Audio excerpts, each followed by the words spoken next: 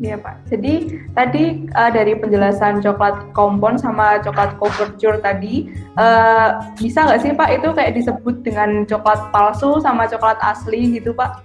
Waduh, dengan coklat palsu sama coklat asli ya, ini cukup berat ya, ini kalimatnya ini ya, dikotominya ini. Gini, kalau saya mungkin di Eropa saja ya Dek ya, saya bicaranya seperti itu. Kalau di Eropa sebuah produk konfeksioneri itu disebut sebagai coklat itu ketika penambahan minyak nabati yang non kakao butter itu maksimum hanya 5%. Ini konsensus di sana seperti itu. Jadi misalnya ditambahkan minyak nabati dari fraksi sawit atau dari tempat minyak nabati yang lain itu maksimum hanya 5%, itu disebut sebagai masih disebut di atas 5% itu nanti disebutnya hanya candy lah, disebutnya hanya permen rasa coklat katakanlah seperti itu. Itu kalau di konsensus di Eropa seperti itu. Nah, ketika ke Indonesia kadang itu minyaknya atau minyak nabati yang ditambahkan itu proporsinya jauh lebih tinggi dari 5%.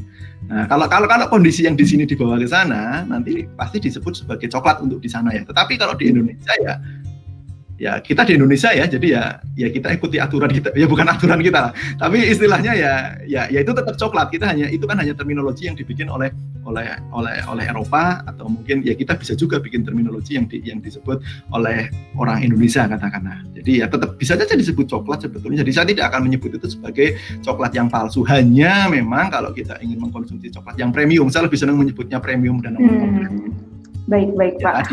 Anda tahu sendiri, Anda mengkonsumsi kopi, untuk yang pencinta kopi pasti tahulah yang dimaksud dengan kopi premium itu yang seperti apa. Nah, ini begitupun sama dengan coklat. Jadi kalau yang couverture tadi itu ya yang premiumnya kan yang itu. Oke Pak, jadi kayak gitu ya teman-teman, ciri-cirinya tadi apa aja coba teman-teman bisa direview nih. Yang pasti sih file, kalau yang couverture itu lebih mahal. Benar banget nih.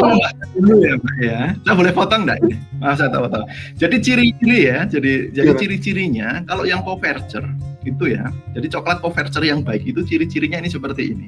Jadi karena kadang itu ini yang menjadi sedikit masalah adalah karena di Indonesia baik konsumen dan produsen itu kadang mereka belum begitu memahami tentang sebetulnya coklat yang baik itu seperti apa sih. Kalau misalnya saya kasih ke Mbak Hilya Tanta itu bisa jadi, Mbak saya punya 2 coklat. Bagaimana menurut Anda coklat ini? Mbak Hilya saya yakin jawabnya akan enak Pak. Atau satunya enak banget Pak. Hanya 2. Biasanya seperti itu. Padahal kualitas coklat yang baik itu tidak hanya dari rasa ya. Seperti itu, tapi setidaknya mungkin ada sekitar 7 sampai 8. Jadi gini, untuk mengevaluasi kualitas coklat, Anda bisa dengan gampang, Anda bayangkan, Anda punya coklat bar misalnya, coklat batang gitu ya. Anda ada kemasan, Anda buka kemasannya, kemudian ketika dibuka kemasannya, hal yang akan Anda lihat pertama kali pasti adalah penampilan ya, permukaannya. Kalau penampilannya mulus, kemudian berkilau, warnanya homogen, tidak ada yang mungkin bercak-bercak putih gitu-gitu ya, itu pasti Anda akan bilang, oh coklatnya bagus kualitasnya. Jadi yang pertama adalah penampilan tadi atau appearance kalau dalam bahasa Inggris kita sebutnya. Kemudian yang kedua adalah setelah itu sebelum Anda mengkonsumsi coklat, Anda bisa patahkan, Anda potek. Atau Anda boleh poteklah dengan gigi. Ketika di situ ada semacam suara tek gitu ya, snap. Istilahnya, jadi situ tuh ada tekstur, ada kekerasan tertentu, tetapi juga rapuh, itu artinya kualitas coklatnya bagus karena proses pembuatannya. Dalam proses pembuatannya berarti coklat tersebut tertempering dengan baik. Coklat yang seperti dodol itu berarti kualitasnya kurang bagus ya. Ketika di potek itu melengkung itu kurang bagus. Yang kedua kekerasan, kemudian yang ketiga taruh di atas lidah. Coklat couverture ketika ditaruh di atas lidah dia akan leleh dengan sendirinya. Jadi jangan dikunyah ya makan coklat itu. Biarkan taruh di lidah, kemudian nanti suhu tubuh akan melelehkan coklat tersebut. Ketika leleh, nanti Anda akan mulai merasakan kira-kira partikelnya halus atau kasar sih. Gritty tidak sih, sandy tidak sih. Nah, coklat yang bagus itu ya yang Anda bahkan tidak mau merasakan kekasaran partikelnya. Jadi halus seperti itu. Setelahnya, Anda akan tahu, oh coklat ini gampang mengalir tidak ya di lidah Anda. Setelah leleh, itu kan pasti nanti Anda akan merasakan kasar atau tidak, kemudian dia gampang ngalir atau tidak. Nah, coklat yang bagus itu yang gampang ngalir. Kalau Anda makan coklat kemudian, Pak, coklatnya kok lengket di langit-langit mulut ya, itu artinya coklat Anda, dia viskositasnya tinggi. Viskositasnya tinggi bisa terjadi karena kadar lemaknya yang terlalu rendah atau kadar air bahan bakunya yang terlalu tinggi. Kemudian setelah itu tadi ya simultan atau bersamaan dengan melelehnya coklat tadi, nanti Anda akan merasakan intensitas aroma yang akan semakin menguat dengan semakin banyaknya meleleh banyaknya bagian coklat yang meleleh. Nah, itu aroma, kemudian Anda dapat merasakan rasanya. Nah, itu jadi ketika Anda kita sebutnya dengan keunikan ini kita sebutnya dengan mouthfeel ya. Jadi mulai dari bagaimana meleleh, kekasaran, sifat alir, kemudian juga Anda rasakan aroma, itu kita sebut dengan mouthfeel. Nah, itu setidaknya mungkin ada 7 ya. Kemudian ya itu tadi parameter kualitas coklat Couverture. Jadi jangan sampai Anda terjebak ketika bicara masalah coklat, Anda hanya bicara aroma, dan aroma. Tetapi yang lain-lain tadi itu juga sangat penting. Itu. Wah, ternyata cukup banyak juga ya Pak parameter yang harus kita ketahui. Banyak, Mas. Kita membeli coklat ya. Iya nih. Jadi Pasti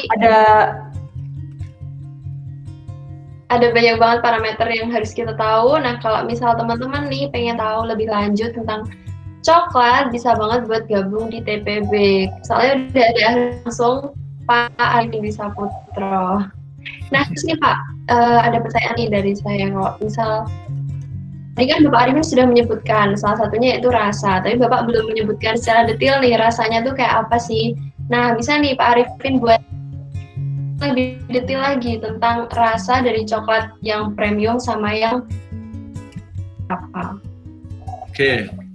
Kalau dari rasa ya Mbak ya, kalau dari rasa sebetulnya yang Couverture dan yang kompon itu bisa dibikin sama Mbak. Sebetulnya bisa dibikin sama. Kenapa? Karena rasa dan aroma itu muncul dari dari padatan atau dari partikel di bahan baku coklat. Padatan itu bisa dari keping biji.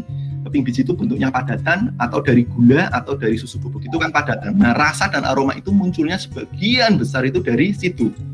Nah, ketika kita bicara kompon dan Couverture tadi itu sebetulnya di situ itu yang membedakan adalah ada tambahan vegetable oil atau tidak, ada tambahan minyak dari luar atau tidak selain dari biji kakao.